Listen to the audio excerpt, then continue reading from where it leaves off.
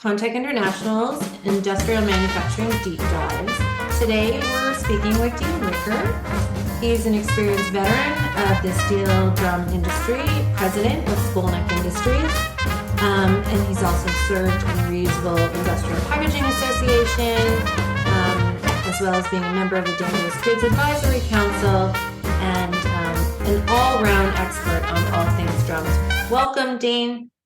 Hey, good morning. Thank you. Good morning. Thanks for joining me. So we wanted to talk to you about the containers of the future, steel drum.